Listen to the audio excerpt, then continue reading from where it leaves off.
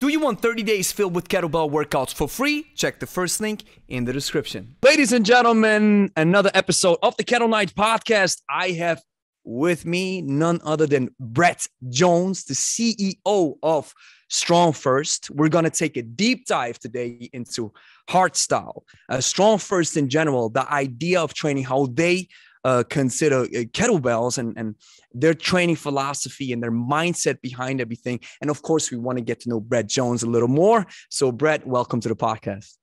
It's fantastic to have the chance to be on, speak to you and your audience. One quick correction. I'm the director of education, not the CEO. Oh, wow. I did. So I misread this somewhere, or is it? So director. So I'm assuming Pavel's the CEO, so to speak. Correct. Okay. So my bad. No worries. No worries. I didn't want people out there thinking maybe there'd been a change of the guard or anything with StrongFirst, but no, Pavel's CEO, and then it's my honor to take care of curriculum and director of education, work with our instructors and things like that. Great. Awesome. So yeah, well, thanks for clarifying this. I really have to check it. I thought I saw some sources where they cite you as the CEO, but yeah, who cares now? Exactly. Things are settled. All settled. Great. So Brett, give us your background.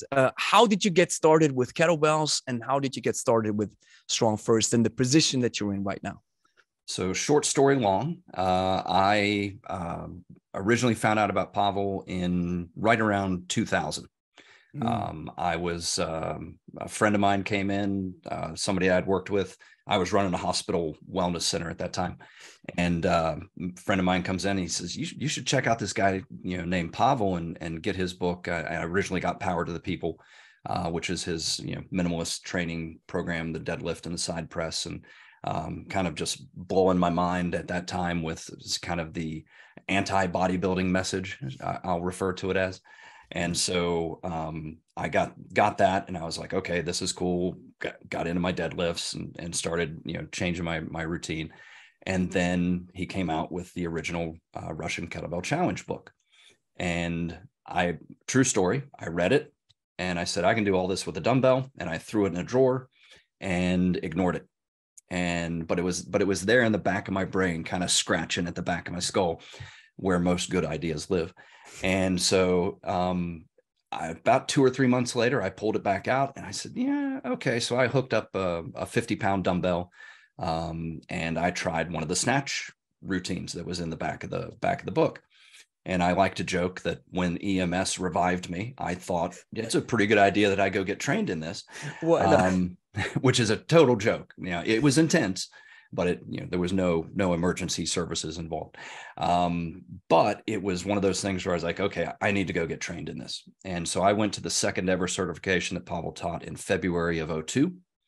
Wow. I started teaching with Pavel in April of 2003.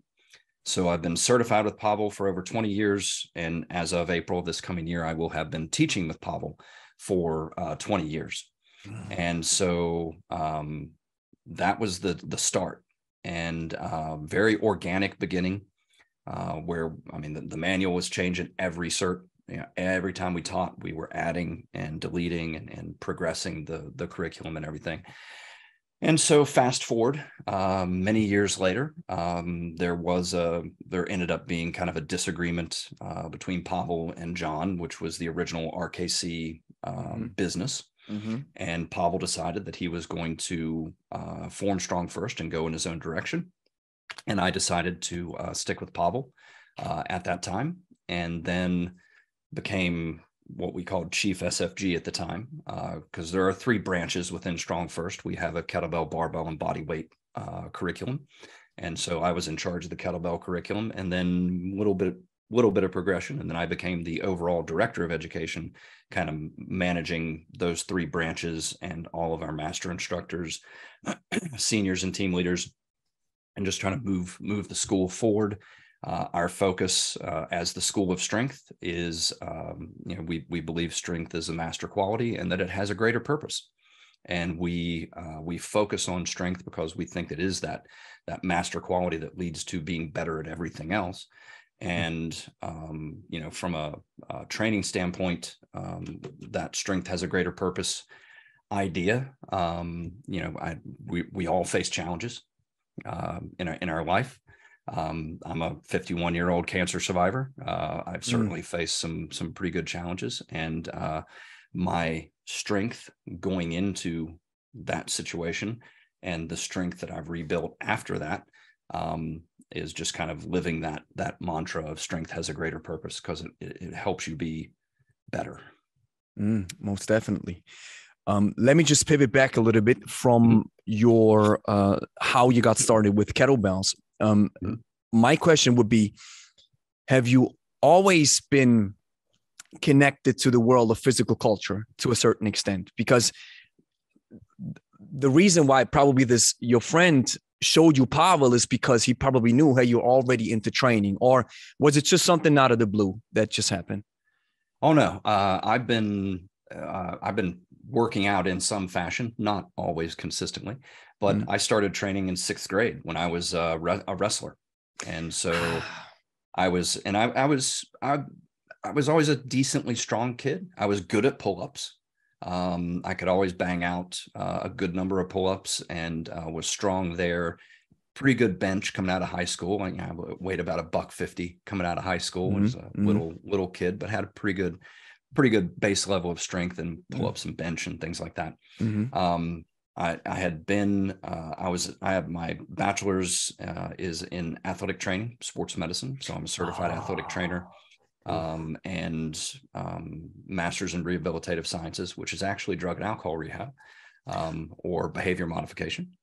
And so, when I transitioned from athletic training to fitness, it was pretty natural transition. I was always into working out and had that background of strength training and things like that. So yeah, I would say yes, kind of always had a background in physical culture, but coming into wrestling as a kid, if you're stronger, you're better, for wrestling purposes. So yeah. So there was already a foundation set where this idea of where the kettlebell was able to grow, right?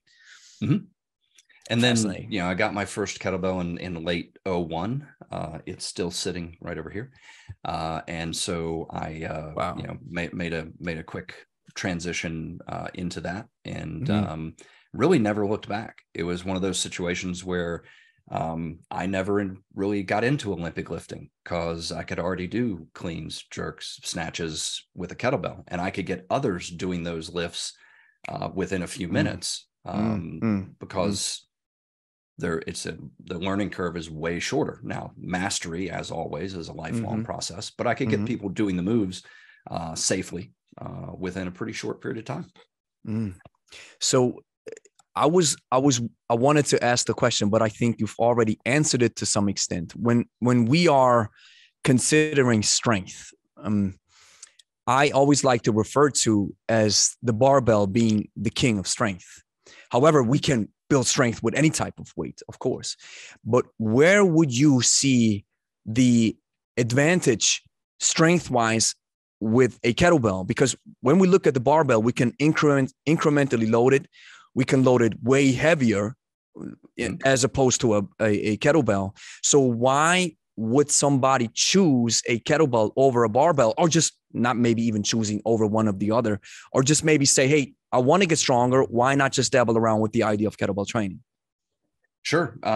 We tend to separate our lifts into two categories. We have ballistics, swings, cleans, snatches, jerks, even push press fitting in there. And we have grinds. So we have our squats, our presses, our get-ups, things of that nature. So for the, we'll talk about the grinds real quick, especially when we talk about get-ups and military presses and things like that. That thick handle offset center of mass initially literally guides you into better positions. It can assist you in achieving a really good path for your military press. And pre-bench press days, military press was the test of strength. It was how you built your body.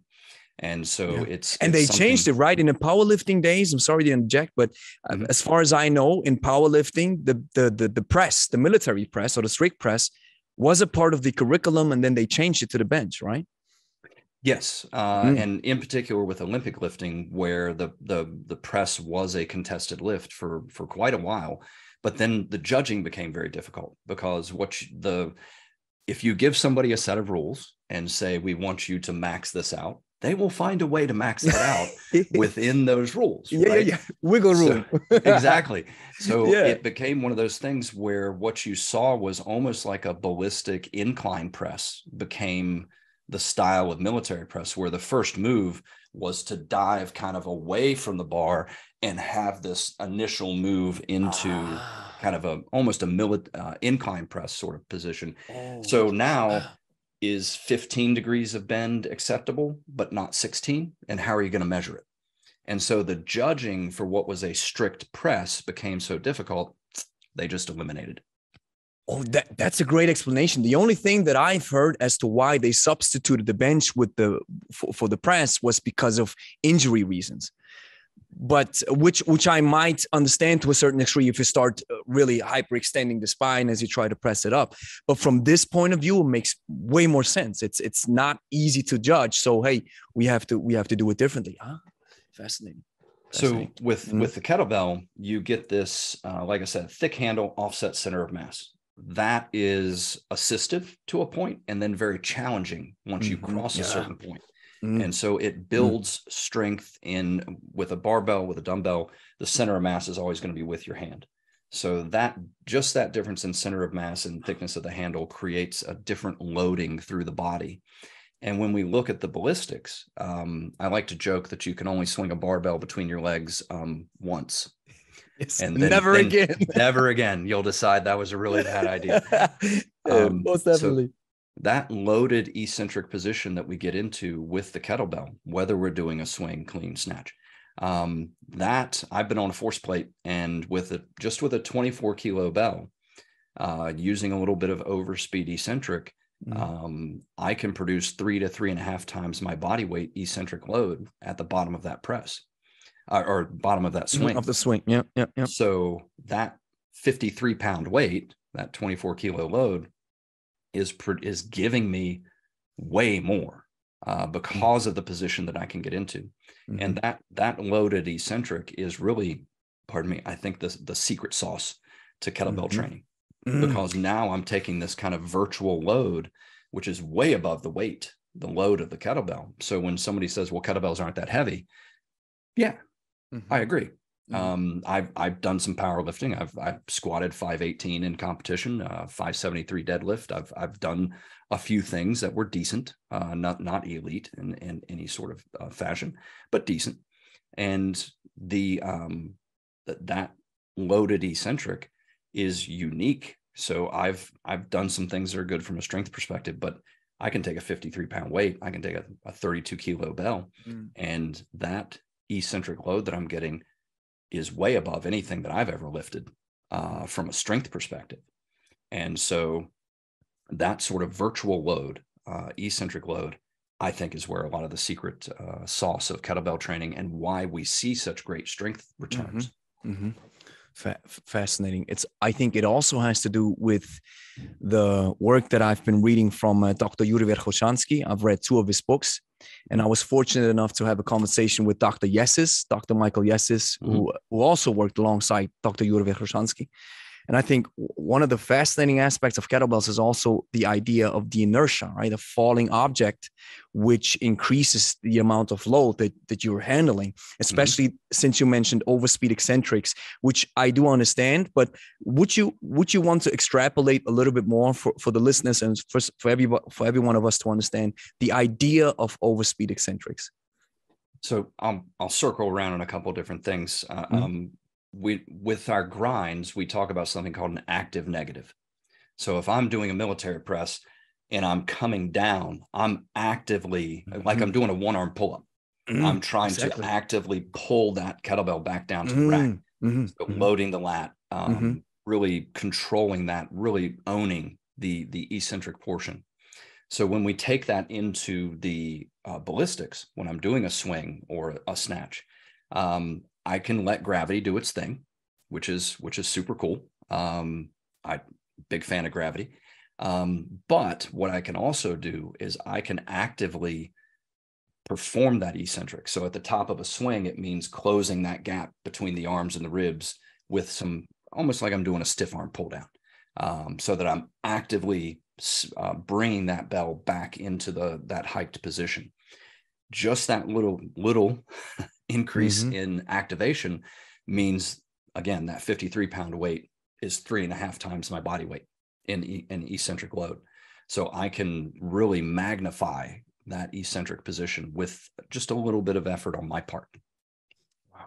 Yeah. So that's the idea of overspeed eccentrics, where you are actually can make any particular weight, you can make it heavier. And even I like how you explained it, even tap into this potential of the idea of eccentric loading, which is unique to kettlebells. You can even maybe extrapolate more on this potential that you're already having with a swing. Yes. And yep. Keep going. Nope.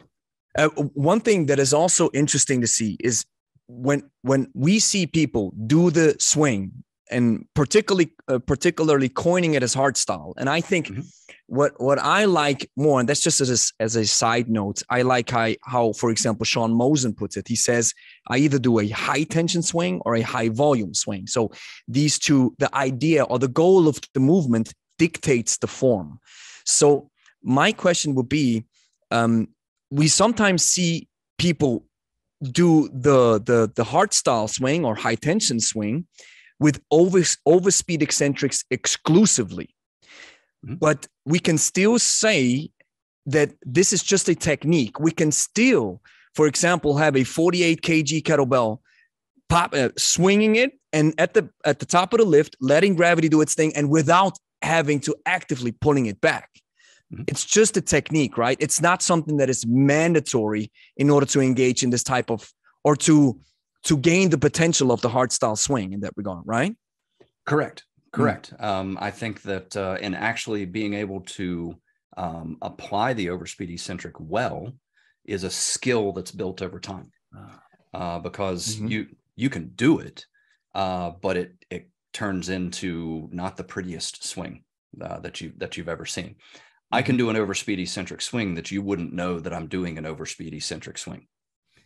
Right. So that's kind of, as we talk about these layers of skill and where we want to go with this, I want to be able to apply, I want to be able to show you an RDL style swing. I want to show you a squatty swing. I want to show you our preferred athletic swing.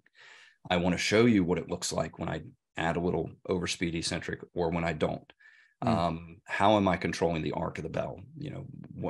I'm swinging the bell's not swinging me. And for a lot of people, as they start to apply maybe an overspeed eccentric, the bell starts to swing them a little bit. And so we want to make sure that we're the ones swinging the bell. So it's a skill progression. I love this. I love how you coined this. I sometimes refer to it as understanding that you are melting with the kettlebell. If you start out with it, at least that was my experience. You start out with it, you consider it like a strange object. It's almost like your enemy. But the more mastery you gain, the more you melt with it, and it becomes your friend instead of your enemy. So, but it's just exactly how you explained it, which is fascinating. Let us just speak a little bit more about your history. I mean, you started in the 2000s. So this means you're an OG. You're right. One of the guys who was there when this whole thing kicked off, as I'd like to refer to as the modern renaissance of kettlebell training, which Pavel really, I mean, if it wasn't for Pavel, I think many of us wouldn't be swinging kettlebells right now. So he took it and brought it on the map. So how was it back then? I love how you said this. You were adding exercises, deleting exercises from the curriculum. And sometimes we see or hear people walk around and saying, well, it always has to be done like this, or it always has to be done like this. Why did they change it? Why is the snatch or whatever have you an exercise different? So what happened back then, and how much, how much came together from these different sources and the influences back in the beginning? A ton. I mean, Pavel, one of the fantastic things about Pavel, and we would do this at every cert. We would sit down typically on the second or third day of the cert. at lunch and get all the assistants and instructors around, and Pavel would be like, okay, basically give it to me. What are we doing well? What could we change? What could we improve? And so every time we had an opportunity to engage with him and to offer our ideas and to try different things, it was I refer to it as a very organic beginning. And Pavel is super open to information from any source, and always gives credit to where that information came from and how it influenced things. Our goal, well, been many goals over the years. I mean, go back to 2003 when I first started, teaching at the certifications. We had to spend hours getting people to break parallel in a squat. So very few people showed up even being able to hit a deep squat. They didn't have the hip mobility to really swing well. So we spent the first parts of search just figuring out how do we, I hate to use this term, but how do we hack this? How do we get people, I'm not a huge fan of that term because it's become it's been bastardized. Yeah. Yes. Just like functional. It's the same. Exactly. 100%. Yes. So we would spend time just getting people to hit a deep squat, to be able to hinge enough to get into a great swing. And so we got really good at kind of getting people to progress more quickly into these skills. We've always been an inch wide, mile deep. So the basic curriculum that you see of swing, clean, get up, press, squat, snatch, that's been the curriculum. Those are your essential skills. If you're good at those, I can take you in 100 different directions. But those are the essential skills. Now, what we've done over the years is we've just gotten much better at coaching them. Mm-hmm. I feel like right now I'm better at teaching the clean than I've ever been. Mm-hmm. I've simplified it. It's transferable. It's really something that I feel good about. We've learned some things about the press that are starting to kind of optimize the press for people. And so even though we're 20 years down the road of doing this, we continue to add, refine, delete as we can. And so it's I don't know if you saw the movie Free Solo with about Alex Honnold and doing the free solo climb of El Capitan. Mm-hmm. Mm-hmm. Okay, so he has a line in there that his mother would always tell him, "Good enough isn't." And so, basically, the way we refer to it in StrongFirst is we're never satisfied. We can always do something a little bit better. We can refine things and we can progress, even if it's something we've been doing for 20 plus years. Wow. That really rings home, because I see the same philosophy or idea in many areas, especially with kettlebells, the same. I think the more I teach a deadlift or a snatch, the better I get at it. And the only thing that I have to do is to push through the boredom and thinking that, oh, now I understand it. When in reality, you have different people with different body types. I love how you mentioned that you had problems just opening up the hips of people, understanding or just getting them to hinge properly. I see the same thing here. What I see with many people is they don't even know how to really, I call it kinesthetic literacy. Understanding that you're able to use your glutes, but if you sit on them all day and you don't have to activate them, you don't know to lock out what it's like to lock out in a deadlift. You don't know what it's like to hinge. So you use your arms most definitely, and all these similar problems that everybody experiences or many people experience when they start training with kettlebells. And the other thing that I see is also in producing content and just being a better businessman. The more I do the same thing over and over and over again, the better you get at it. And there's always this little bit of potential where the next time you're back at it doing this exact same thing that you've been doing for hundreds or maybe thousands of times, there is this, you have gotten an inch deeper. And what you're saying, this makes total sense to me as well, is when you're saying, hey, I've gotten better at coaching. I'm able to progress people much quicker because I've done this so many times. And I think this is the essence of mastery, isn't it? Absolutely. Absolutely. There's a famous quote, and I can't remember his name, but he's a famous cellist. And at 92 years old, somebody asked him why he was still practicing. And he said, because I think I'm starting to make progress.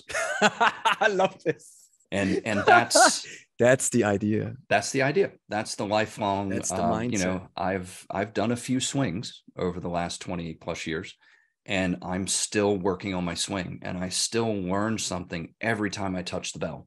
And if I'm not learning something every time I touch the bell, that's a wasted rep. That's a wasted opportunity. So one of my mentors, Dr. Ed Thomas, said that he never went to the gym, and he was going to a Turner gym, a Turnverein gym in Davenport, Iowa. Turnverein. Well, yes. German word. Yeah, Turnverein. Yes. And a deep system of physical education, and really fascinating to study. But he said he would always say, I went to the gym to learn. I did not go to the gym to work out. Now, did I get sweaty? Did I get, quote, fit? Yes. But the goal was to learn. It was the next progression. It was building the skill. It was not this, we've turned, when you look at the ancient systems, you look at, there were military applications, right? Martial applications. It was your ability to respond appropriately to aggression. And that could be from a martial arts perspective or from a military perspective. And so there are things you learn there. You had the recovery techniques. You had restorative techniques, because learning the martial tends to knock you off of center. So you had to have techniques to recover and be healthy and things like that.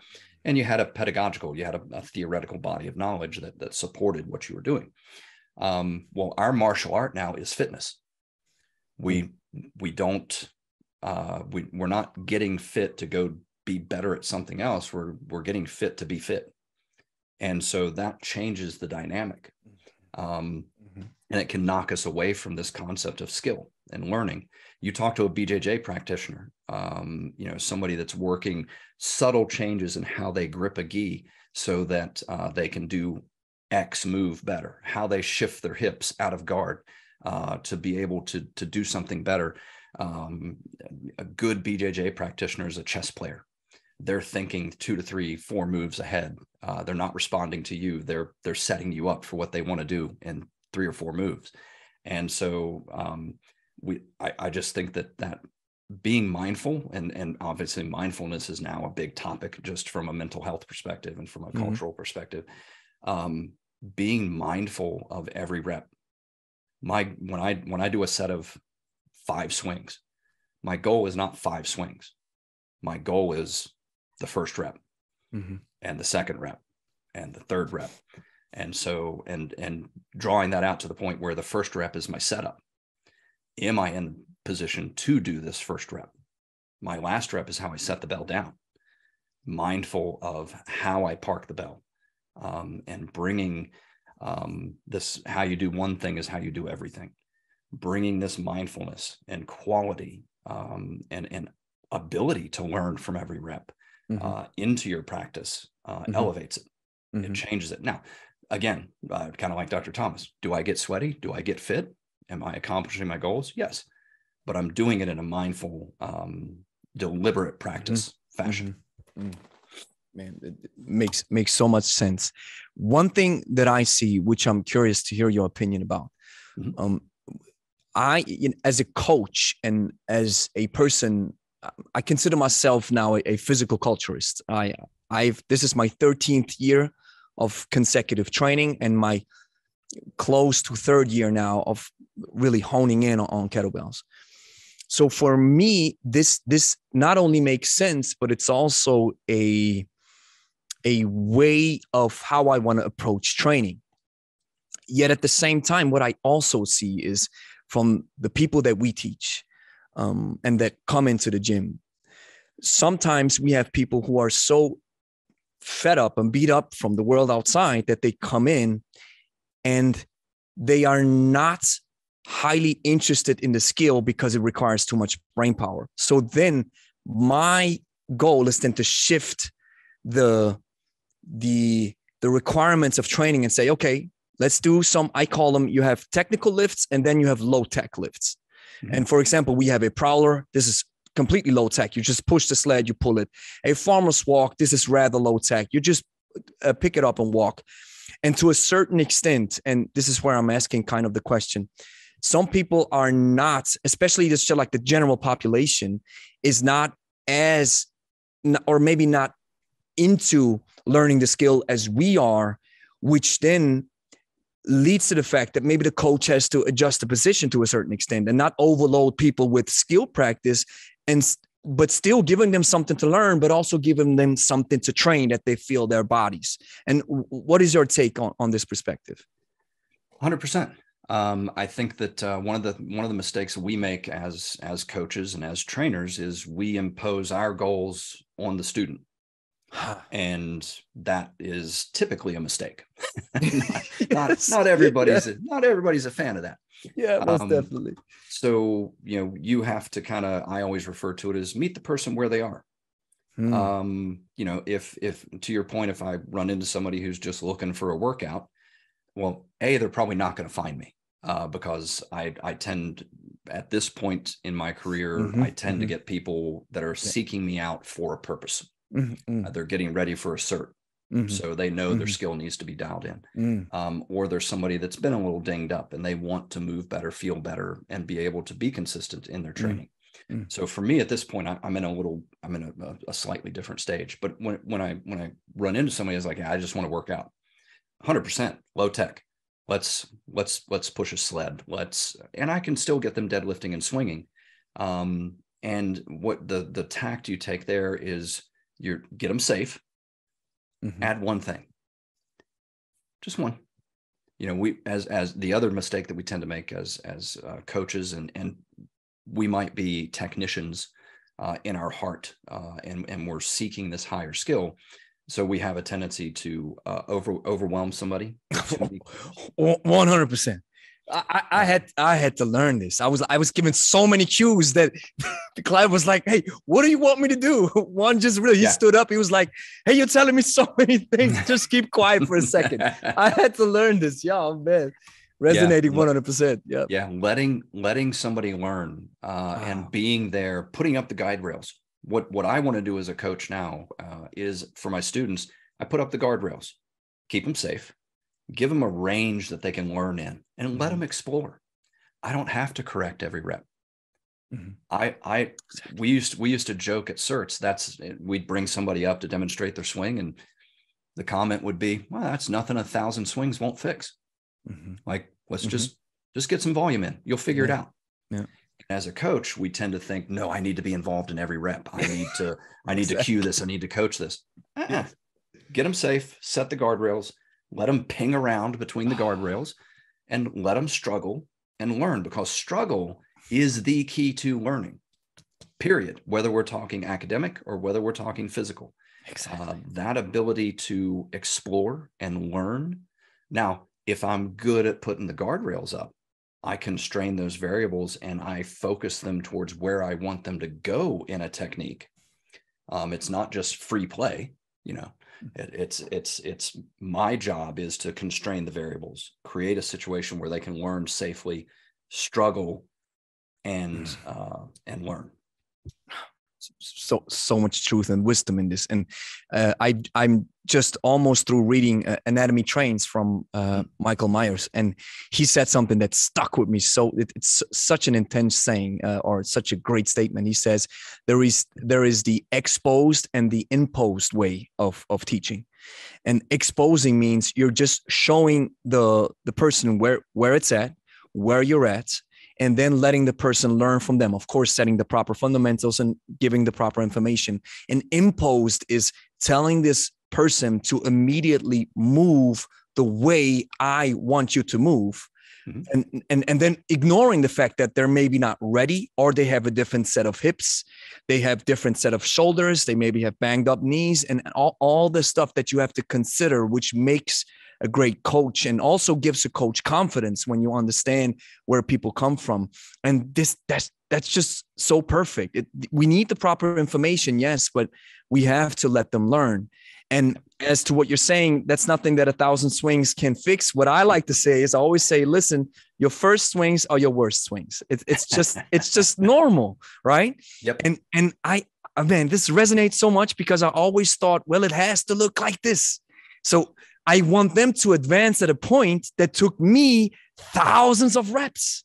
And being a technician at heart, I realized like, hey, they need this time as well. So give them the time. 100%. Wow. So much wisdom in this. Now, there's one thing, Brett, as that really a slight dichotomy that is opening up. And two things. I have to set this up in a proper manner. First of all, you said that Pavel was open for constructive feedback. Mm-hmm. And one thing that really stands out when you read his books is he quotes thousands of people. Mm-hmm. He quotes this guy. I learned this from Sergeant X. I learned this from Police Corps X. I learned this from Coach Ding. So he names all these people. And that's the hallmark of somebody who's willing to learn, because he takes in information from everybody. Yep. Now, one thing where it kind of like, it doesn't match to a certain extent is this image that Pavel was portraying in the beginning. Right? You're on Soviet territory and I tell you what to do. I mean, this is genius when it comes to marketing. Yet at the same time, it kind of like creates this persona that knows what it's good, doesn't take no as an answer, and tells you what to do. And you saying now, hey, we had these conversations. We were sitting at the table. Give me the feedback. What's wrong? What are we doing good? What are we doing bad? This is kind of like a different picture from Pavel. And this is just from a guy who's looking from the outside in. Sure. And what's your take on this? Was this just Pavel's shtick, his marketing shtick? That's different, but the Pavel person and the coach is different? Or, how can I match these two? It's a great question. And I think that, yes, you have to separate out the marketing. Right. The evil Russian was a great character, right? Most definitely. And with Pavel's military background, I mean, he can do that really well. I mean, he was Spetsnaz. He's been at a level of military that few people get to visit. And so he can bring that very easily. So being open to input and information doesn't mean that you're a piece of tissue in the wind going whatever direction the wind blows. If you're going to change my mind, if you're going to change Pavel's mind, you better bring good information. It better be something that is better than what we're doing right now. So you move forward with confidence in what you're doing, but you also move forward constantly reevaluating and taking in new information. So it's the perception of we're closed-minded and we're not listening to anybody else. No, we're just moving forward with what we've generated and developed over years of practice. And if something's going to influence what we're doing right now, it's got to be better. Because if it's not better, we're not going to adopt it. And so you're running these two treadmills, right? You're running these two paths. One is moving forward with confidence, doing what we know we've built and it works. And we have all that input from years of practice and input from many sources. But you're always taking in new information. But that doesn't mean all the new information makes it in. The new information's got to actually be better. It has to actually elevate what we're doing. And so that can come off as closed-minded. That can come off as somebody that's not open to new ideas, but it's not. And yeah, it requires some mental gymnastics, right? Understanding, hey, yeah, I love how you said this. We move forward with confidence, but we constantly evaluate ideas and the way we do it. And this description also doesn't mean that you're a tissue in the wind. Yep. So, and that's the impression that I got to a certain extent. It's like close-minded. That's how we do it. And everything else is wrong, so to speak. But hearing you speak now, and I've heard these stories surrounding Pavel as well, that he was very open-minded, really changes the picture. And this is fascinating. So let's take a little bit further in our conversation, because I'm really interested, because you said things have to be better in order that we attach it or bring it into our curriculum. So this would be, I think, the perfect position to ask your opinion on kettlebell sport. Sure. I have to state 100% right off the bat, I have nothing but respect for kettlebell sport and kettlebell sport athletes. There are athletes within kettlebell sport that have accomplished things that I've never even sniffed at getting close to. So I have absolute respect for kettlebell sport, the athletes, and we joked about it earlier as far as, when you give a group of individuals a set of rules and say, do the best you can, max this out within these set of rules. That's what's happened with kettlebell sport. I think it's fascinating now that you almost see a single side snatch technique where you get that kind of action where the one leg is obviously doing more work in the snatch when you're snatching on one side, and then it switches to the other side. That's just energy conservation. And again, maxing out what you can do within that 10-minute time frame. I think it's fascinating because way back when, and because I am long in the tooth and gray in the hair, we originally had a North American kettlebell sport thing that was back in 2003, 2004. Wow. We were trying to host kettlebell competitions. We were as RKC back in the day. Yeah. Wow, that's what people don't know. It's always this. It looks like from the outside, it's absolutely one versus the other.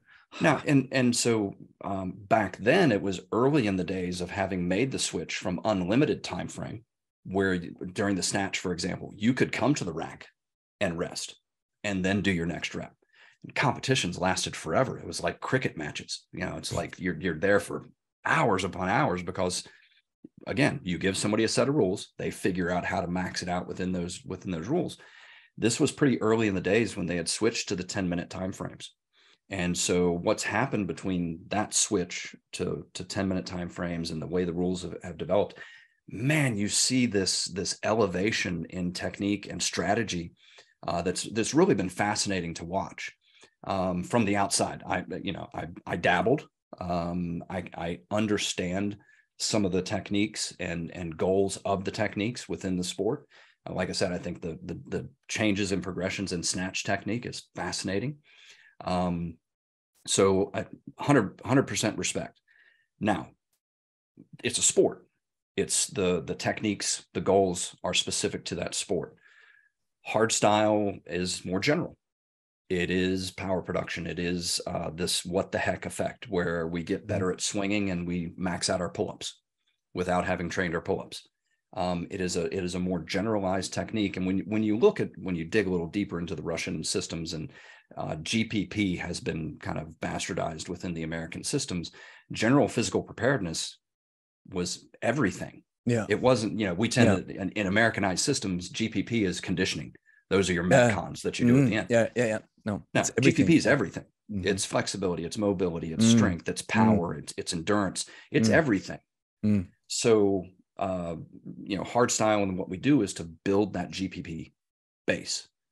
Now, SPP, special physical preparation, those are some of the techniques you're going to get into in kettlebell sport, because the technique you use to max out and conserve your energy and use elastic energy and the things that you're doing within kettlebell sport, which is amazing. I've never snatched a 32 kilo bell for as many reps as Denisov has, right? I mean, these guys are aliens. Very few people have. But so that's SPP. That's special physical preparation. And there's actually SPP1 and SPP2. SPP2 is uber specific to a specific thing. It might even be so specific that you'd be talking about how a pitcher positions a thumb a centimeter differently to throw a different pitch. So that's SPP2, and what do you need to do to optimize that? GPP is the base. So our goal is more GPP related. I look at kettlebell sport as SPP.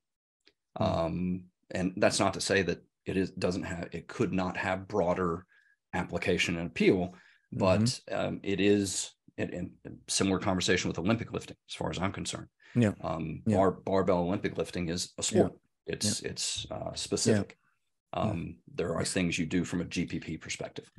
Exactly. I see it similarly. What I also understand from this perspective, great comparison with the Olympic lifts is, I mean, a deadlift is also used in sport like powerlifting, but it's not as technically demanding as a clean and snatch, clean and press, for example, with a barbell, or let alone a snatch with a barbell. And I think there's a similar approach to kettlebells, where I do understand that if we break it down in a more simpler way, then it is more accessible to everybody else. And that's what I sometimes see, or what I criticize to a certain extent, or what I think why kettlebell sport will, honestly speaking, never reach this kind of, or will never break mass or critical mass like the way Pavel presented it, because it's too hardcore. It is too limited. It yields great benefits, and it's a fascinating thing to do, but it is also very skillfully demanding. Mm-hmm. And but at the same time, this doesn't mean that a simple, intense hardstyle swing or a grind, even grinds per se, do not require skill. It's just a different beast from that perspective, right? 100%. 100%. We had a kettlebell sport competitor at one of our level 2 certifications, and he was a little nervous. He's there. Because we're getting into cleans, jerks, push presses, some things that as a GS competitor knows a little bit about. We have a different strategy. We have a different technique that we use. And I same thing I said today, 100% respect for GS athletes, GS technique, everything that's happening in kettlebell sport, 100% respect. It's not how we approach it, and that's okay. Yeah, it doesn't. There isn't one answer. There's a lot of different ways to get things done. And why do you think, I've asked this question to John Duquesne as well. I've asked him, why do you think this divide to a certain extent happened? And let me just give you a couple of examples, or just one example. And other coaches see this similarly to a certain extent. You only get, or not you only, but you typically get more flack from one side of the aisle when you present a technique, for example, a rack position where you have the elbow close to your body. And in a typical, let's say like in a typical kettlebell sport fashion, you get more flack from one side that says, no, you have to stand straight. You have to, the typical feedback, as they have been exposed to one idea, which might be hard style, and then they think everything else is wrong. And similar approach to kettlebell sport. I'm not saying that these guys are holy. I hear people from that aisle that say, why are you even listening to Pavel? I mean, he's a traitor. You hear everything. But why do you think this divide was so strong? And I mean, now I think it loosens up a little bit, because it just, the internet advances and people see more stuff. But why do you think that happened? We as human beings, period, love one answer. We don't like two answers. With the answer, it depends, just it drives people nuts, right? So now combine in with that, the way we do our, especially level 1 certification, it is I'm not being hyperbolic when I say it is a transformative event for people. We have standards, we have expectations, there are requirements. It is a rite of passage. And I say this from the standpoint that former military personnel come through and they're like, yes, this is what it was like to have to join the military, to have to become part of this team, part of this group. It's a transformative experience, or a rite of passage, at a time in our culture where we have very few rites of passage. Right? There's just low expectations. Get a participation trophy, do whatever you want. Yeah, 100%. So when you go through that and you have this you spend 6 months getting ready for this certification, you come and you have this transformative event, and it is very physically demanding. People push themselves to get to it and to get through it, and be successful. That transformative event coalesces a group, and you get people coming out of that with one answer. that this is the way we do things. Yeah. I am trying to kind of broaden that perspective, open those doors and say, these are our standards. These are our expectations. We are not going to vary from them until we have a good reason to do so. And that will probably be never. So, you know, we're going to hold to what we're doing, but there's a lot of different ways to do this. And so but I think it is that transformative experience. I think it is that, and you see that from people that have never been through the cert. They start swinging a kettlebell. Maybe they work with a StrongFirst instructor, or maybe they get Simple and Sinister, and they start following this. They feel better. They move better. They perform better. Their lives are better. Yeah. People want to hold to that. And so instead of saying, this is what I'm doing, and I think it's great that everybody else is doing what they're doing, you get aggressive, because now you want to it's been so transformative for you. You want other people to have that experience. Yeah. Wow. And so there's a good reason for it. And you can have the same conversation within kettlebell sport folks who their lives have been improved by what they're doing, and you know, taking on that challenge of, you know, accomplishing their first 10-minute set with a 20 or 24 kilo bell, and having this kind of transformative experience. They're of course going to grab hold of that and be passionate about that. And so I try to look at it as people being passionate, not people, and we get people on both sides that are overly aggressive with their feedback, but I think it's a natural thing. Yeah.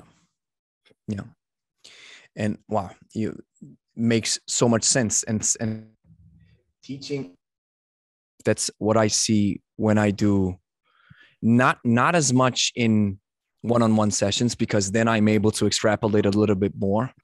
But what I do on YouTube videos is, because, I mean, it's also there are certain rules. Make it as quick as possible, make it as explanatory as possible. Something that I've rewatched and reacted to Pavel's Enter the Kettlebell, where I was amazed again at his ability to deliver anything you need to know in a couple of seconds. So that's what I want to do on YouTube videos as well. And of course, you cannot then walk up and say, but hey, you can do it 1,000 different times. Right. You can do it like this. Even though it might be true, you still have to kind of hone in on your approach, not only from a marketing perspective, but also from a standpoint where you want to present as a certain authority, where you want to say, hey, listen, that's how we do it. And then if the conversation gets a little bit deeper, yes, we can always say, hey, there's different ways to do it, of course. But we want to do it like this. So may I ask you another question? Sure. When it comes to the Snatch Test, I've had this great conversation with Sean Mosen about the Snatch Test. And the Snatch Test, for me, I do get it. You mentioned this rite of passage, right? So I think that's one aspect of it. Yet the other question that presents itself is doing 100 reps in a couple of minutes with a given set of weight. Doesn't matter how heavy it is, right? It's just a given set of weight. You do 100 reps and you do 5 minutes or 10 minutes or whatever have you. Doesn't matter. This classifies as a kind of strength endurance approach. If you want to do more reps, especially if it goes up to the hundreds, right? So wouldn't it make more sense to approach it with a technique that is suitable for rather an efficient way of doing the snatch than doing it, for example, the hardstyle way, saying no, and let me just backtrack a little bit. The biggest difference between a hardstyle snatch and a sports snatch is efficiency wise, right? The idea with the sports snatch is more efficiency. The idea with hardstyle is explosiveness. Am I getting this right? Yeah. Okay. It's a good generalization. Okay. So why not then apply a strength endurance type of technique for a exercise or for a given movement that clearly gravitates towards this type of execution? Does it make sense? My question? Yeah. All right. Makes perfect sense. So a couple things. It's a test. It's not how we train. So it is a display of what you can build up to. It is not how we train on an ongoing basis. So, and that needs to be separated out. I know from a fitness perspective nowadays, like everything's a competition, everything's a test. If you talk to an old time strongman, what they were doing on stage, the displays of strength were just that. They were displays of strength. That's not how they trained. They trained in a fashion that gave them that level of strength and gave them the ability to display it sometimes 2, 3, 4 times a day. So separating out display or test versus training is the first thing. Second thing, you're assuming that the hardstyle snatch, I use a volume knob analogy. So 10 is max effort. 1 is, I kind of tried. So you're assuming the hardstyle snatch is at 10. Well, if I'm going to do a snatch test, I'm at 6. Looks the same, but the volume knob's different. So you do have to find one of the reasons we do, a couple of reasons we do the test. One, I want you coming into a cert conditioned enough to be able to learn. I don't want to have to overcome your lack of conditioning in order to teach you. I want to be able to teach you. And if you're walking out as an instructor, not only are we looking at your technique, we're looking at your ability to coach the technique safely to others. So I don't want to have to overcome your lack of conditioning and preparedness. I want you coming in at a level of conditioning and preparedness that I can push you. I can have that transformative experience. So that's number one from the reason it's there. And then it just shows us that you put your time in, right? So you've dedicated and you've prepared for this thing, which is tough. It's a tough test, but it's just that, it's a test. And so if you're trying to do I agree, if you're trying to do a 5-minute snatch test with the volume knob at 10, man, good luck. that's not going to be, that's going to be awful. So it is being able to dial in the right effort, still holding to the technique. It is still more of a power production technique, but it's dialed into the right level. And you could have the same conversation with a martial artist if you're talking about throwing a punch or a kick. They're not throwing a punch or a kick at 100%. They're throwing a punch or a kick at 70, 80%. It's not 100%. Wow. And so dialing in, so that's another thing that you should learn by doing as you're trying to accomplish something like the snatch test. And it's a great explanation. And if we stay on that track, my question would be, since you've talked about power production, right, with a hardstyle snatch, can you give a clear-cut difference where, let's just say we have 2 people. We have person A and person B. And person A learns the hardstyle snatch for over, let's say, like 100 days. And person B learns the kettlebell sports snatch for 100 days. What would be the physical difference pertaining to attributes of strength, power, or endurance between the 2? We'd have to drill down just a little bit more on the actual protocols. How are we training those two different styles? Because if I'm going to put together that 100-day protocol for somebody with the hardstyle snatch, we're typically going to do between 3 to 5 reps per set, and we're going to have luxurious rest between those sets so that we're fully recovered. And we can get into the whole energy system conversation and why we want to structure things that way. You can look at Pavel's A&A information. You can read Quick and the Dead and read about the energy systems and why we're choosing that. So I'm going to put together a protocol that is based around those principles, that is low rep, generous rest. And I'm going to assume that the person that's training for 100 days in the more sport style is going to be doing longer sets that are based on building the tolerance to the effort, right? So your goal is a 10-minute set. So you're going to progress in ways you're doing. Maybe you start out with one. And let me just interject real quick. Let's forget the 10-minute set. Just let's assume we have 2 people just snatching as a regular practice. And there's no particular goal at the end that person A or B has to do something, but just if we just would take these guys and let's say we equate the volume. So they did in 100 days, they did not volume, not, but let's just say they were snatching for 100 days. Mm-hmm. And what would be the difference? This is what I'm interested in to see. And could we measure this to say, okay, the hardstyle guy has elevated his power production where the sports style guy has elevated his endurance. So is there even a difference, or is this something that is kind of like a little bit obfuscated? It's not clear cut. What's your take on that? I don't know if I'm phrasing my question correctly. No, I definitely get it, and I do think it's hard to be clear cut in a situation like this because the details matter so much. How we're approaching the training is going to matter a lot. I will say that with the hardstyle snatch and the difference in eccentric load, I do think we're going to get a better return on power production and strength. Mm-hmm. Just with how we're getting into that. You can boil it down to something as simple as the breathing differences.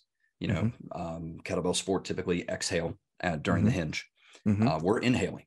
We're producing intra-abdominal pressure and creating this bubble of stability that allows us to go higher on the volume knob from an effort perspective with our power production. We're bringing the bell down in a more dramatic fashion to get that eccentric load. So I do think there would, in the broad strokes answer of a little bit better power and strength on this side, a little better conditioning on this side, probably pretty true. But again, it depends on how those protocols are. Because that's something that will be really interesting to see, a clear-cut difference with two people who had a similar protocol or just a protocol that is typical, right? The snatch guy, the sport guy wants to just max out the snatches, and the hardstyle guy wants to max out his power performance. And then at the end, see, hey, is there a huge difference? Which I'm assuming, because one thing that I saw, which was really fascinating for me to see, I saw a very a honored master of sport, a Russian guy, do some lunges, some deadlifts, some presses, some get-ups. And one thing that was just obvious was the lack of tension. It looked to me like you're trying to move through a get-up with the efficiency mindset that you have. But this doesn't work with a 32 kg kettlebell, for example. What you need is tension, right? And that was something where I really saw a huge difference, where I was like, if you would have learned to just dial in your tension and power production a bit more with maybe understanding the grinds and where they come from, then you would understand that it would look different. So that was I think, at least from a visual perspective, that was a clear difference when you see a Turkish get up from somebody who understands high tension and then somebody who's only into high efficiency. Right. I agree. And I think that from a broad strokes, from a very general standpoint, it is easier to peel tension away than it is to build it once you've achieved a certain load. So the saying we use in old time strongman saying, treat your lightweights heavy so your heavyweights feel light. So we're going to treat that 16 kilo get up the same way we would a 48 kilo get up. Now that doesn't mean the volume knob's at 10, which is, I think Pavel refers to it as the dominanta. We want enough tension to enhance the lift. Tension is not the goal of the lift. If I just want to generate tension, I want to do isometrics. Most definitely. If I want to enhance my press, then there is a degree of intra-abdominal pressure, glutes, and stability. And Stu McGill refers to it as steering your strength. There is a degree of dominanta, or steering your strength and tension, that enhances that lift, makes you stronger. But I can sit there and just squeeze myself so hard that I can't even press. That's not what we're doing. Yes, it's the proper amount of tension and understanding how to, and that's what I see a lot of times when people even start just using kettlebells. There's just a lack of, I like this term, a lack of kinesthetic literacy. You don't really understand. Your brain has to first find a way to wake up these muscle cells, right? That's the first thing that happens before you're even able to control the weight. So it's not just about tension, it's understanding how to use proper tension.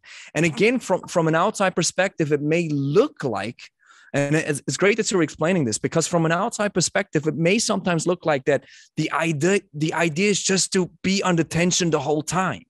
Right. Which it is not, right? Correct. Yeah. Correct. Now, applying high tension techniques and using this steering of strength and trying to optimize the lifts, treating our light weights heavy, so our heavy weights feel light. It's a process. You get better at it over time. My goal when I'm training and I'm doing a lot of military kettlebell military press right now, my goal when I'm pressing is to press. I'm not worried about tension. Now I snap up into my clean with a loaded position and my glutes are tight, my abs are tight. I've built this skill over time, but my goal is to press. And so that, as long as that's the application of the tension is towards enhancing the lift and making the lift successful, that's where we want to be. And it makes, there's so much sense behind this as to why I believe there's somehow this kind of hybrid idea, which I'm trying to follow. And that is just to give you an example. When a sport athlete is telling me, or just a sport coach is telling me to rack the kettlebell, right? Elbows on the iliac crest of the hip, knees fully extended, and the back is slightly bent in a kyphotic position. The idea is in that moment to be as relaxed as possible and to let the weight rest on your frame. Mm-hmm. I get it. However, I am able to dish out a much more stronger jerk if I use some kind of tension, especially in my midsection around the glutes and quad area. Mm-hmm. Because in that moment, I feel like I'm an arrow or like a catapult pulling the catapult back. And once I shoot up, boom, there's a lot more tension or a lot more explosive power coming into the jerk. Now, mind you, I'm not an athlete, but it's just from a standpoint where I even want to feel this. I want to feel, as I have the elbow close to my body, that my legs or my lower body has some sort of tension, so I can have a solid base where I just feel more stronger and even more safe to press or jerk from. So it's fascinating to hear these different opinions and how they somehow kind of match to a certain extent. Yeah, no, I like it. And I think that when you really drill down on something, especially something controversial where there's two camps, so to speak, if everybody would lower the temperature in the room and have a conversation, you'd realize that you're like 95% kind of in agreement. Yeah. And then there's some things we're going to disagree on. There's some things we're going to apply differently, and that's okay. That's fine. That's fine. It's fine. That's something really that's hard to wrap your head around. When for example, just to give you a example with Dan John, I was doing a video where I was doing a 40 kg get up, and then I slipped a little bit, and so my girlfriend had to catch the weight. But I was fine, right? So then somebody commented and said, yeah, but Dan John is saying you're not even supposed to use a heavy getup because it's dangerous. So my answer is, yeah, and Dan is right. And full stop. And then they're like, but why? It's like their head explodes. But why are you doing it then? Well, because I operate from a different perspective. Mm-hmm. But in many cases, Dan John has a point. Sure. But in certain cases, this argument is not valid for somebody who understands the exercise, who just wants to go heavier for whatever reason and loves the exercise or whatever have you, right? And I think that's a hard thing to do, for people to entertain two thoughts that differ from each other or maybe are even contrary, and then still, navigate their way around it, right? Yeah. And I specific to the get up, I'm obviously somebody that's with kettlebells from the ground up 1 and 2 and the years that I've been teaching it. I've done a few, and I can tell you that I'm way more confident building somebody's military press to the half body weight level if they can do a get up with that load, because your alignment with integrity under load and what you learn and how you build a resilient shoulder in the get up sets you up for a better press. So show me the person, show me what their goals are. Let's set a baseline.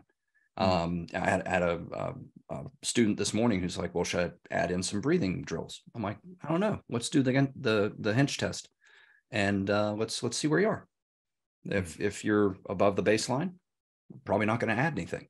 If you're below the baseline, yeah, we can add something to get you over the baseline. And so instead of just saying heavy get-ups are bad, show me the person, show me what their goal is. It may be very worthwhile to build that skill. One of the things I just real quickly from a get-up perspective, I get my students doing presses throughout the get-up very early on, because now as they go heavier, they know how to pull it to the rack at any stage of the get-up, and their safety goes through the roof, because now if they feel unsteady, you just pull it to the rack and you stop the rep. And giving the student the ability to do that and giving them permission to stop a rep at any point is also something that as coaches, we need to do very early on. People that have worked with me will not be surprised by this statement, but I mess with my students. I'll tell them to do 10, stop them at 5. I'll ask them to do 5, let them go to 10. So, and then we have a conversation about that. Well, why'd you stop me at 5? Felt like it, because the goal is not 10. The goal is great reps. Every rep has its moment. And then I let you go to 10 because A, you're not paying attention. Yeah. B, we can go heavier because you just knocked out 10 great reps. Yeah. So now we can, having this more free flowing, maybe not the best way to describe it, but lack of any better terms at the moment, kind of a more adaptive style. Fascinating. And again, it just dials into this idea of it depends. However, I wonder what your perspective is on this. I don't like it that it's been treated as the holy grail, because sometimes I feel like, imagine that the general recommendations for just like nutrition from the government, even though sometimes they can be crappy, although I think they've changed a little bit. Just imagine any type of recommendation is, it depends, right? Hey, what should I do with my health? Well, it depends. What should I do with my nutrition? Well, it depends. And I think, yes, it most definitely has validity, but general recommendations can also be powerful. And I think that's where Dan John comes from to a certain extent, where I sometimes come from a certain extent, where sometimes people ask me for weights and then I give them a clear-cut answer. And because sometimes they just, and then of course I follow up with, that's just a general recommendation based upon the experience that I have. And what's your take on this? Do you think everything depends, or do general recommendations make sense? General recommendations are a starting point. We then adapt to the individual that's in front of us. I think, again, to your point of holding two different thoughts that might seem contradictory, this is a perfect example. Yeah, exactly. I'm going to make some general recommendations. I think you should start at X weight. Well, I tried that and it didn't work out so well. Wrong recommendation. It's both answers are true, and both answers have their place. You're going to make some general recommendations, but you have to adapt to the individual that's in front of you. And I think it just harkens back to what you're saying. People just want to have they want to have yes or no. It's not right. It's two thoughts, right? 2 ideas.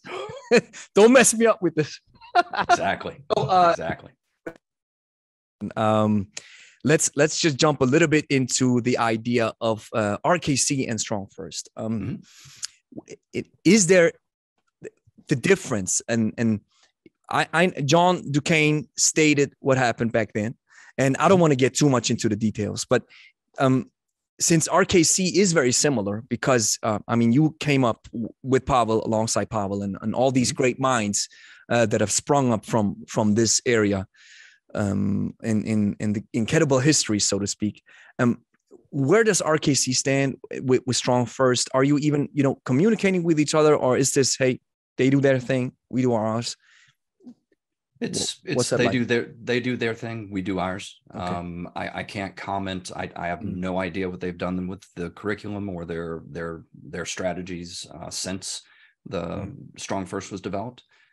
So I have nothing to say. Just and that's not, people are going to hear that and they're going to be like, ooh, but that, yeah, most definitely. that's purely from the standpoint that I don't know what they're doing.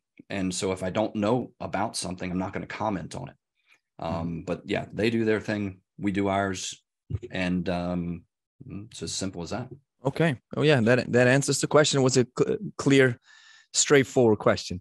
So yeah, we've covered a lot of things that I've written down. And let's I have to ask this as well, because I mean, I mentioned before we got started with the recording, I think I kind of broke the story to a certain extent with Steve Maxwell and the controversy that he doesn't use kettlebells anymore. I never thought that this video blew up, even though I have to mention that he was on a podcast with Health Affinity, I think it's their name. And then I just reacted to it, where Steve Maxwell was saying that he shuns kettlebells now. He thinks it's bad for the joints and stuff. And then he mentioned that, Pavel had surgery. So you see what kettlebells do to you. He mentioned Dan John in that same breath, and also you. Now, I've also reached out to Steve Maxwell on his Instagram. I said, man, I'd love to talk to you. I mean, you've also been an OG, or you are an OG, so I'd love to talk to you, but didn't hear back. So what happened? If you might remember to a certain extent, because you made a statement in the StrongFirst forum. So what happened in your case with the injury or whatever have you? And what do you think of Steve Maxwell's comment in that regard? I don't have much to say about it, actually. I disagree. I think that,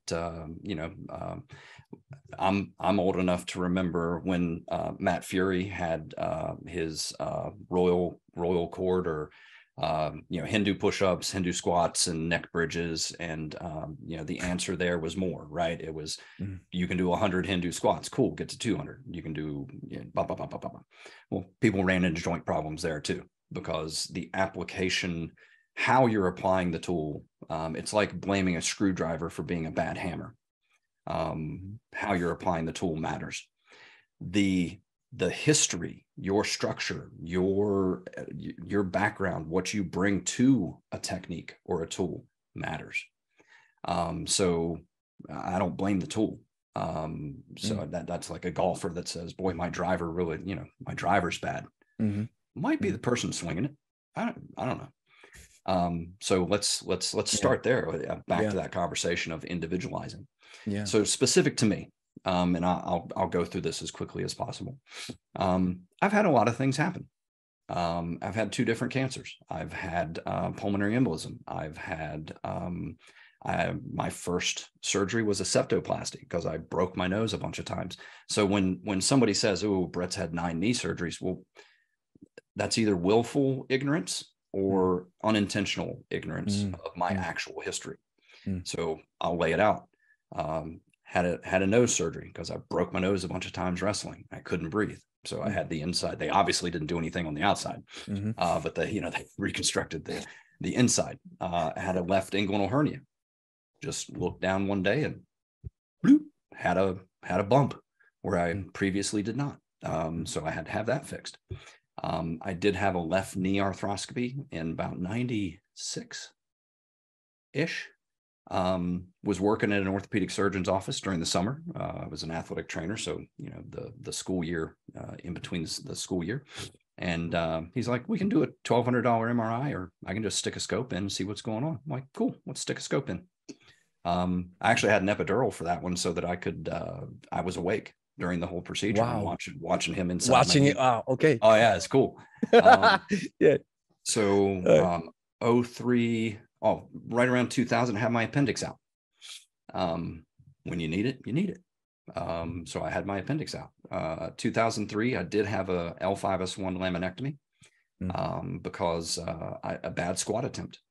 I was, of course, the best thing to do when you've PR'd your deadlift is to go ahead and try to PR your squat. Oh, of course. The person spotting me was like, "Oh, you didn't break parallel. Go a little deeper." Okay, let's do it. Exactly. So I had a back injury, and now I had injured my back in wrestling in high school, and I always wondered why the outside of my foot would kind of burn and go numb when I was driving. I had history from wrestling in high school, and I'd kind of finished it off in 03. So that was 03. I have the laminectomy.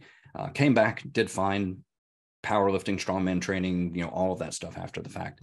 And then let's see, what was next? Had a melanoma removed. So right shoulder blade, got a nice, 4.5 inch scar where they removed a melanoma, which didn't require any further treatment, which was great. They also did a sentinel node biopsy. So they went in and took a couple lymph nodes just to be sure that it hadn't spread or done anything. Ventral hernia repair. So ventral. So I popped right up here in the abdominal wall. I had about a ping pong ball size hole where I had ripped my abdominal wall, and that actually was from the appendectomy. One of the surgery scars from the appendectomy is in the linea alba, and so I had this little bubble for years that I would sit there and just push it in and out like bloop, bloop, bloop, bloop. And then eventually it tore. So I had to have that repaired. So I've got a big piece of Gore-Tex mesh in my gut. Gore-Tex mesh. Yeah. I'm waterproof and breathable. Awesome. So, and then had a right knee arthroscopy late in 2019. That was a cartilage tear from 15 years prior that I had managed very well for 15 years.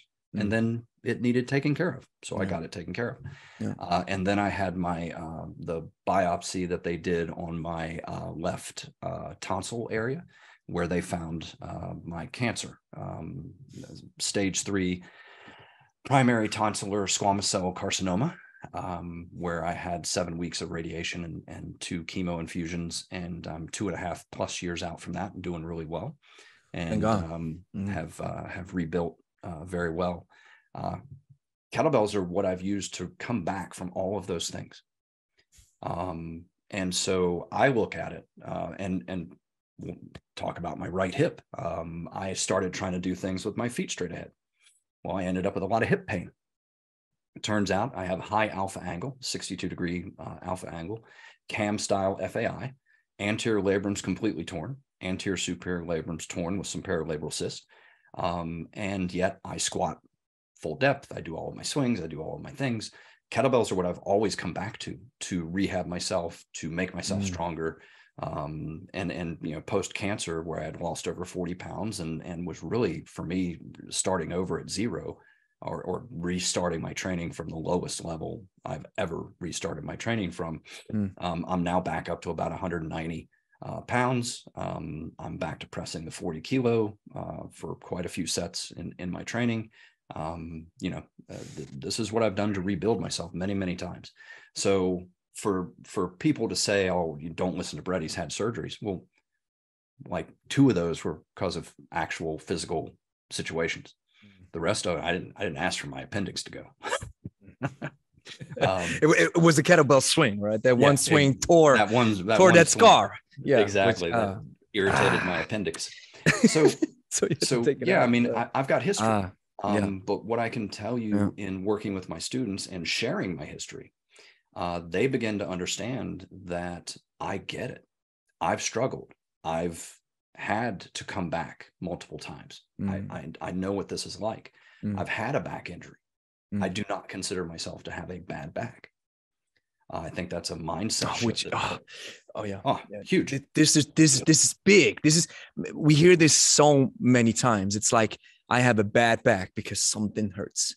And it's like, maybe from a muscular perspective, you don't have a lot of muscles. You don't have enough strength, but I wouldn't consider the thing that's holding you upright all day as a bad thing. It's just probably one thing that needs to be taken care of. And I love this distinction. I don't have a bad back per se, which so many people automatically translate into. And they say, well, it's just always my back. Right. And then you look at their lifting habits and then it's, man, I can tell that's not the fault of your back. it's you don't know how to move well. But 100%. It is. So, and people love controversies. So, when somebody says, I no longer do this anymore. Okay. And I'm sure that might be the right answer for you. That's fine. I have successfully applied this to myself and others for a long time. I have a lot of confidence in what I'm doing. And if I thought something was injurious, I wouldn't do it. So that's that. I think there's a lot of bad blood between Steve, and it's just my assumption. Like I said, I love to talk to him and listen to his perspective, but at the same time, I think it's a logical fallacy to assume that just because somebody had an injury that the tool was responsible. And even if, I mean, funny thing, you said you went below parallel after your 1 rep max deadlift with the squat. This doesn't make the squat or the barbell the devil. It's just bad luck. All right, shit happens. Okay, it's bad, but this doesn't make the barbell a problem. And even if we would consider safety, I would still say, hey, I would say a heavy goblet squat is probably safer than a heavy barbell squat, right? So 100%. So from that standpoint, it's just that's why I did the video, and that's why I reacted to it, because I was like, how can you come to this conclusion? It has nothing to do with the tool per se. And like you said, hey, I just recently I read an Instagram post from for a well-known sport coach, kettlebell sport coach, a German kettlebell sport coach. He said he's now deviating. He stops kettlebell training. So I said, hey, I mean, that's just sad. It's just sad because you are a very knowledgeable and good resource. And seeing you leave is just seeing that the world of kettlebells has lost a good coach. I do understand where you come from, though, so I wish you all the best. At the same time, it's still sad. And, when you take something to the extreme, you take somebody that's run marathons. You take somebody that has climbed Mountain X. You take somebody that has done century rides, or you can go into talk to a professional dancer. Somebody that has pushed their bodies in ways that very few people on the planet have. You can get into any of these activities, any of these sports, and any of these displays of what the human body is capable of. If you take anything to an extreme, there's risk. There's a cost. There's a lot of dancers that have accomplished amazing things in their lives. They got hip replacements because they pushed too far. They excelled, they achieved X, and there was a cost. They had to pay the price. Yeah. As long as we understand the cost. Now, I think there's ways to mitigate all of those costs. I think there's a smarter way to train. I think there's a smarter way to get to some of those things. But if you understand the cost, so like, let's use the bench press as an example. If I choose to specialize in the bench press and try to achieve X, I know my shoulder mobility is going to decrease. It's just the fact of loading yourself in that fashion with that much load. I know I'm going to decrease my shoulder mobility. I know I'm going to be loading my body in a way that could potentially create a little bit of an achy or an owie. But if I'm willing to accept that, then I can potentially reach that goal. I think there's ways to do it without suffering, but if you're going to specialize, excel, and try to achieve an elite level in almost anything, there is a degree of risk. Yeah. And what I sometimes believe people misunderstand is they think, well, athlete X did this, so I have to do it too. And not understanding that athlete X did that because they're athlete X. Exactly. I mean, then we factor in, let's leave out talent. I mean, that's 50% of the equation is the talent that you've been gifted, or the height, basketball, right? It's the height. That's one thing. But then just factor in all the cost to benefit ratio, but also understanding the reason why athlete X is pulling himself almost to death. I mean, even if he completely breaks his knee and his hip, he's probably well paid. So yes, I mean, it's a bad thing to rip your knees to shreds, but at least your bank account is safe to a certain extent. So I would not apply the same intensity and the same idea of training, or just the same, maybe even the same lift like this guy does, because my goal is just to be generally stronger. And is it a business decision? Or is it a personal decision? If it's a business decision, we're having a completely different conversation. That's great. What a high level athlete does to stay at a high level in the NFL, MLB, whatever. Yeah. That's a business decision. Personally, I'm not getting paid for the next rep. I had a training session on the 27th. I got 6 sets in, and I typically do 40 to 60 sets per my sessions. It's all over the place, but I do a bunch of different stuff. I got 6 sets in, and I stopped. Didn't feel right. Just wasn't the day. So I stopped. Now, athlete X, who has a competition coming up or a performance coming up, exactly. They might not be able to make that decision. Exactly. I'm able to say, I'm good. I'm done for the day. And I'm fine with that. So that's why it's so important to understand who you listen to. And this just perfectly segues into this interesting controversy as a final topic, because it's just interesting. And I've given my thoughts on my smaller channel where I react to stuff. And but the Liver King, you've probably heard this controversy, right? So what happened? And I've seen everybody's talking about it, at least in the YouTube space and just in the social media space, because I mean, A, it generates clicks and views, and B, it's a problem that we are experiencing in the, let's say, like the influencer world to a certain extent, which I believe there's a bubble that is popping more and more as we realize, as people get exposed, or just there's not a lot of substance behind it. And so what's your take on that situation? And what can we take away as coaches and even as trainees from social media in general if stuff like this happens? So I had never heard of this individual prior to this controversy. So when it kind of broke and I started reading about it and hearing about it, I'm like, I had to go look this guy up. I had no idea.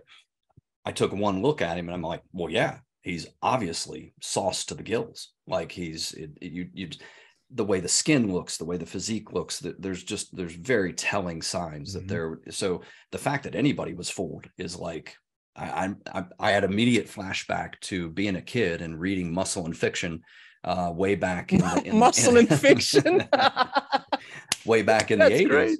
Yeah. And looking at these people who were putting themselves out there as natural, and then in hindsight going, they're all freaking sauced to the gills.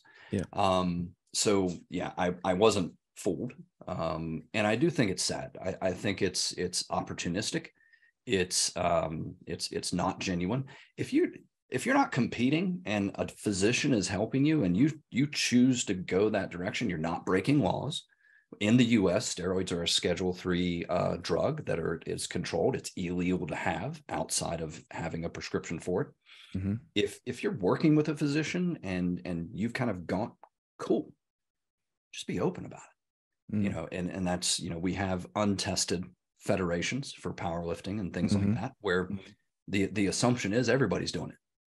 Okay, cool. If you want to swim in that pool, go swim in that pool, but be honest about it.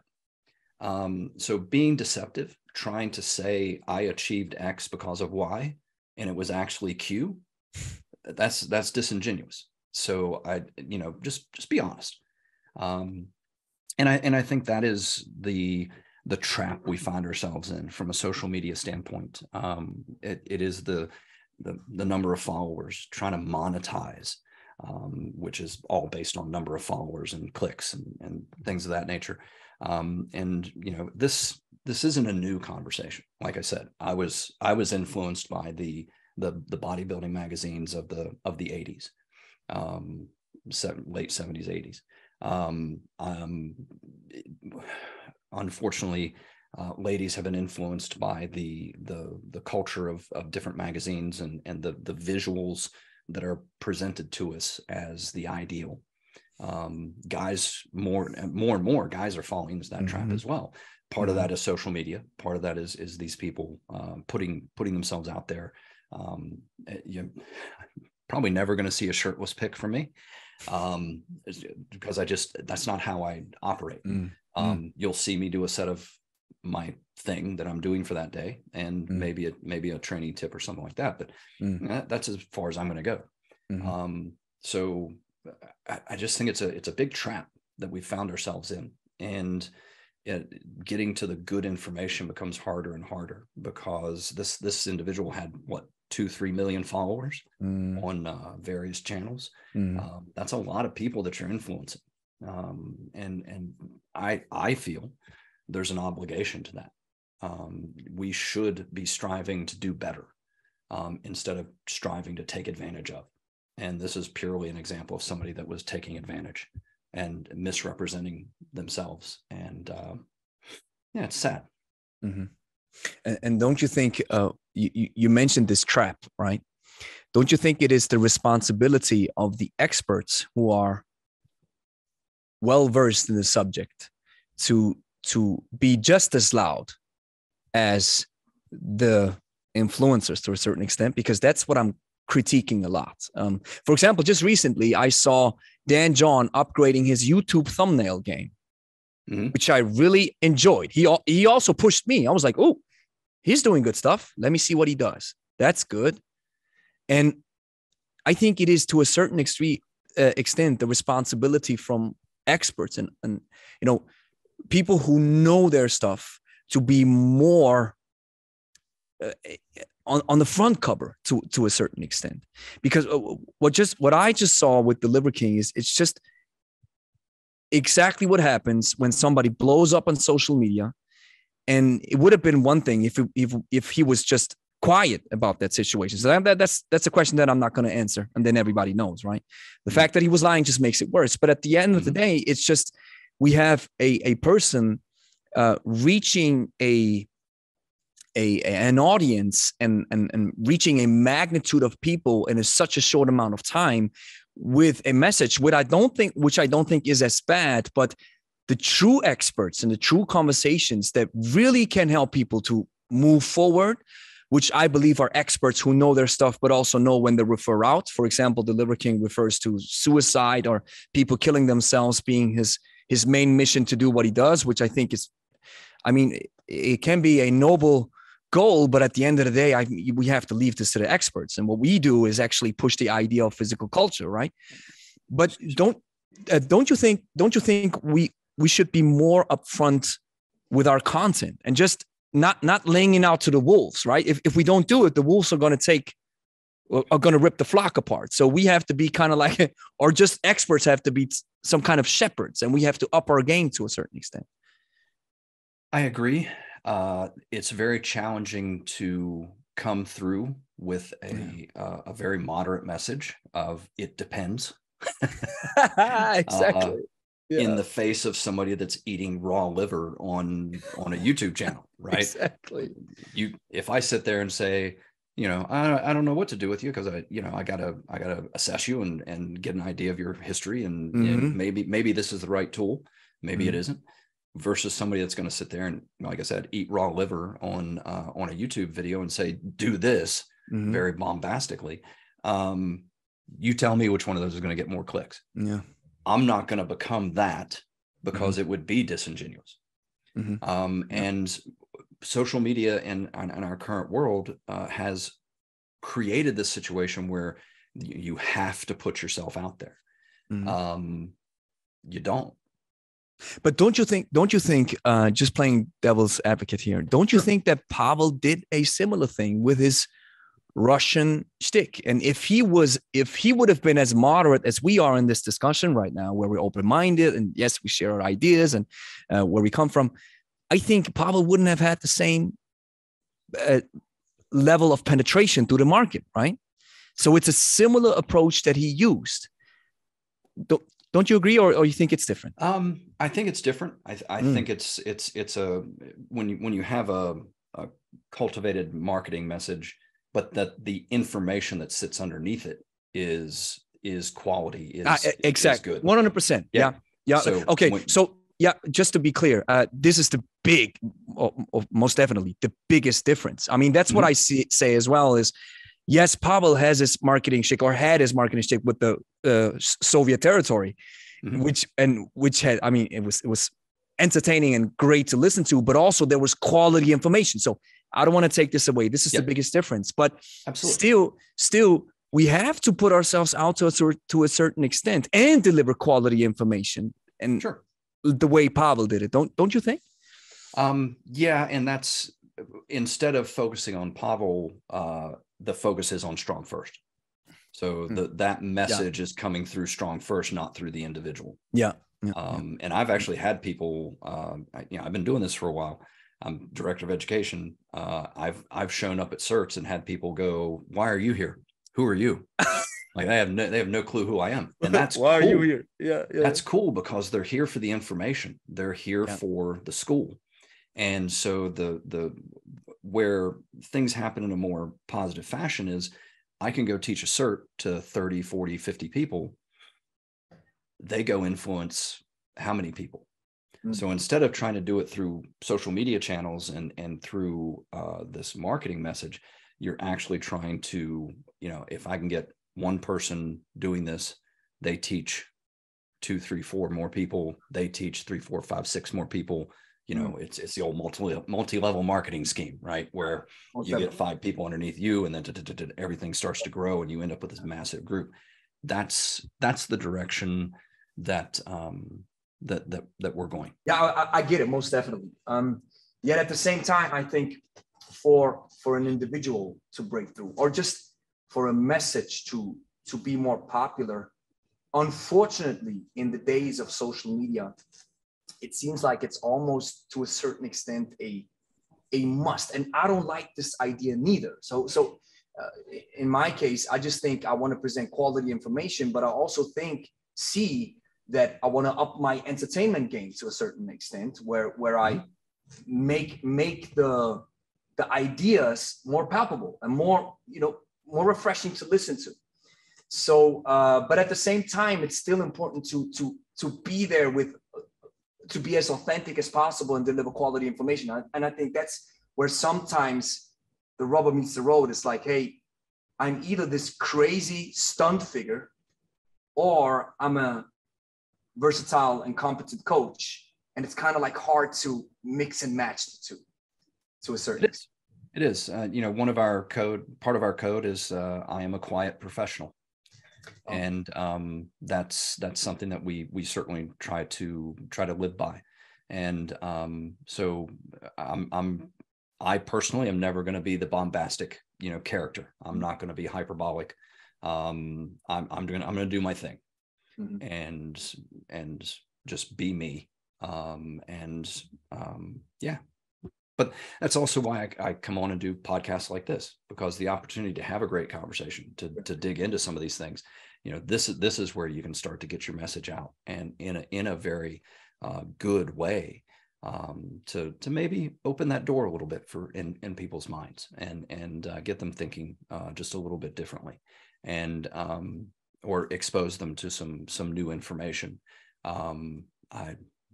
It is a challenge. It is, social media has forever changed marketing. It's forever changed how we present ourselves, and it's a true challenge. And I love the quiet professional. I 100% feel this and understand this.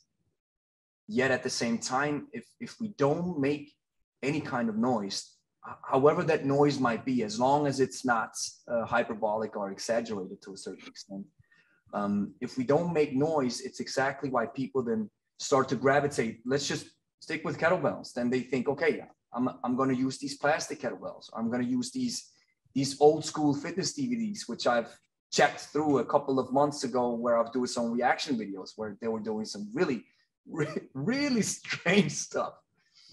But I think everything originated as a final thought with these fitness DVDs. I mean, you were kind of like lucky to be in a position where you had great minds collaborate in that particular time frame.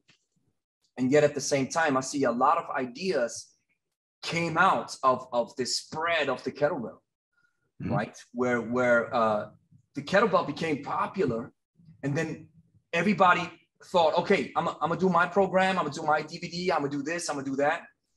And it's still important to understand that the kettlebell has a unique benefit, and there is proper information that you need in order to progress with it. I remember back when Steve Carter certified Angie and me in 2019, and before Steve was here, I didn't know anything. Yet I thought That's the crazy thing.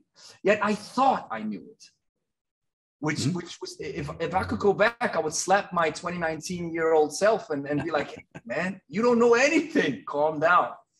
And that's why I think it's so important to make noise, to be out there and share this information and how the massive potential that the kettlebell can really have, and overlook the differences that we sometimes maybe have between these camps to a certain extent, and just share the passion of kettlebell training, right? Absolutely.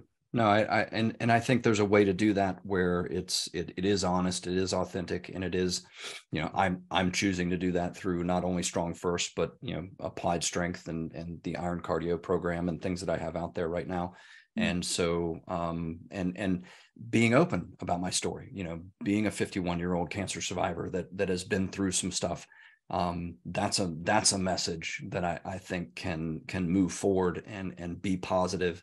And that sad thing is once you have cancer, you start to realize that it touches a lot of lives, and it's something that a lot of people have to go through, and their families go through it, their caretakers go through it. And so, my idea right now is to simply put out there that you can come back. Strength does have a greater purpose. That these techniques, these things, they can help. Wow, right. Let's just end it on that beautiful note of yours, which I think is just a perfect way to end the podcast. Which I knew that you had some surgeries, but I didn't know that you were a two-time cancer survivor, which takes a lot of. You probably can describe it better, but from my perspective, it just takes a lot of mental resilience and stability to be like, hey, let's do everything we can to push through and not go into panic mode. And just like the same thing, right? I have that back. No. It's just a situation that I have to take care of. And yeah. Absolutely. Amen. Absolutely. Amen. Brett, it was a joy having you on the podcast. I've definitely learned a lot. And I think what it really did is it, for lack of a better term, it softened the perception on StrongFirst. Doesn't mean that you guys are a tissue in the wind. I like this expression. I'm going to use this as well. But I felt in the conversation, there's a lot of empathy and love coming from your side. And I think I'm not the only one thinking that this might get lost sometimes to a certain extent in the message that you are portraying. There's nothing wrong with it. It attracts certain types of people that maybe dig into this message a little bit more than I do. But hearing your side, how you guys are open, and I consider it a similar fashion. It's like, listen, if you have something better to present, let's have an argument, and I'm willing to change my mind. It's just the argument has to be proof, and it has to be valid. Right. 100%. Yeah. This was an awesome experience, and I think our listeners are going to like it. And once it's out, I'm going to share with you on your email with the YouTube link, then with the podcast link, and then you can do whatever you want with it. Oh, I'll get it out there on my channels, and I really enjoyed the conversation and the opportunity to be on, and just have a great conversation. So this has been fantastic. Thank you so much. So here's the next step that you have to do. Like the video, consider subscribing, share it with a friend who's also interested in kettlebells, and then go watch this playlist where you have all the powerful conversations that I have had with the greatest minds in the kettlebell world. If you enjoyed this podcast, you're going to enjoy these other ones as well. So go click on it and watch it right now.